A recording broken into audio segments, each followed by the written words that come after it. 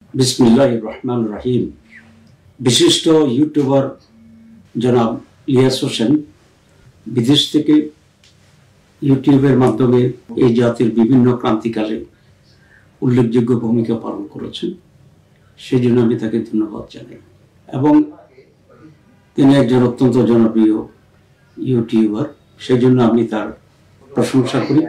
কিন্তু দুঃখজনক বিষয় হচ্ছে, উনি গত কয়েকদিনে দুইবার আমার নাম উল্লেখ করে কিছু তথ্য দেশবাসীকে ইউটিউবের মাধ্যমে জানিয়েছেন, যেগুলোর সাথে আমার দূরতম কোনো সম্পর্ক নেই।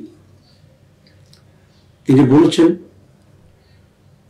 প্রথমবার যে ভারতের সাথে আমি বিশেষ সম্পর্ক রাখি, এবং দ্বিতীয়বার একেবারেই আমাকে রয়্যাল এজেন্ট উল্লেখ করে বক্তব্য রেখেছেন। এবং ওনার বক্তব্যে উনি বলেছেন যে উনি শুনেছেন এবং কেউ ওনাকে এই বিষয়টি বলেছে। ওনার মতো একটা গুরুত্বপূর্ণ ব্যক্তি, তার যেখানে মিলিয়নস অফ পিপল তার দর্শক আছে, শ্রোতা আছে, সেখানে কোনো বক্তব্য দেওয়ার আগে ওনার বিষয়টি যাচাই বাছাই করার দরকার ছিল বলে আমি বিশ্বাস করি।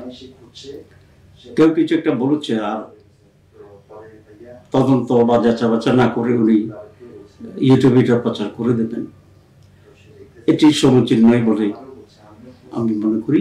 এবং এতে করে সত্যের অপলাপ হইতে পারে। এ বিষয়ে আমার বক্তব্য অত্যন্ত স্পষ্ট যে আমি ভারত বা নয়, কোনো বিদেশের কোনো গোয়েন্দা সংস্থার সাথেই আমার বিশেষ কোনো সম্পর্ক নেই। এবং আমি যে দল করি এটি অত্যন্ত উচ্চ নৈতিকতা এবং জবাবদিহিতার ভিত্তিতেই পরিচালিত হবে। উনি জামাত ইসলামীকে তদন্ত করার কথা বলেছেন। আসলে তদন্ত করে সত্য উদ্ঘাটন করা এটাও ওই ব্যক্তি বা সংস্থার দায়িত্ব, যিনি নিজে এরকম তথ্য দেন।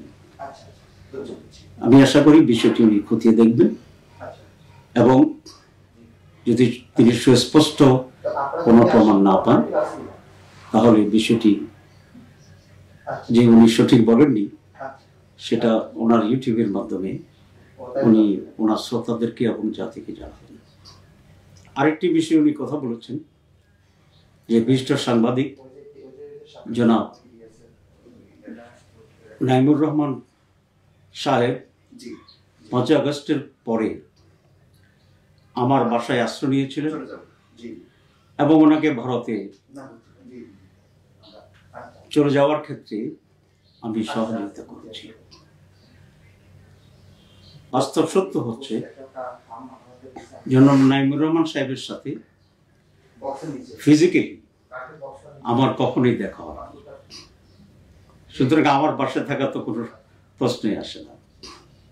আর তিনি যে ভারতে পালিয়ে গেছেন সেই তথ্যটিও আমি প্রথম জানতে পেরেছি জনাব ইলিয়াস হোসেনের বক্তব্যের মাধ্যমে। আমি প্রথম জানতে পারলাম যে সাংবাদিক নাইমুর রহমান সাহেব ভারতে পালিয়ে গেছেন। সুতরাং এখানে ওনাকে ভারতে পালিয়ে যাওয়ার আমি সহায়তা করেছি বলে উনি যে বক্তব্য রেখেছেন, সেটি একেবারেই একটি ভুল কথা, ভুল তথ্যের মাধ্যমে করেছেন এবং এটা সত্যের অপলাপ হয়েছে। ওনার মতো একজন গুরুত্বপূর্ণ ব্যক্তি যে কোনো বিষয়ে বা যার বিষয়ে হোক, যখন কোনো কমেন্ট করবেন বা জাতিকে তথ্য দেবেন, এটাই নৈতিকতার দাবি যে তিনি বিষয়টি যাচাই বাছাই করবেন এবং সুস্পষ্ট প্রমাণ তথ্যের ভিত্তিতে সেটি বলবেন। আমি ওনার কাছ থেকে কমপক্ষে এই ধরনের নৈতিক আচরণ আশা করি।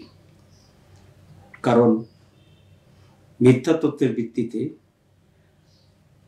যদি সংবাদ পরিবেশিত হয়, এটা মানুষকে বিভ্রান্ত করতে পারে এবং এটা কোনোভাবেই এই দেশের বা দেশের মানুষের জন্য কল্যাণকর হতে পারে না।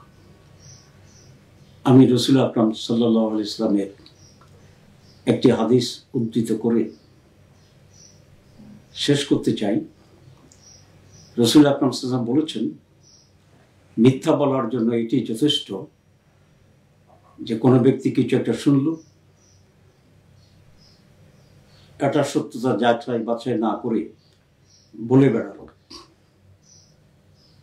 আমি ইলিয়াস হোসেন সাহেবকে আবার ধন্যবাদ জানিয়ে আমার বক্তব্য শেষ করছি। আল্লাহ হাফেজ।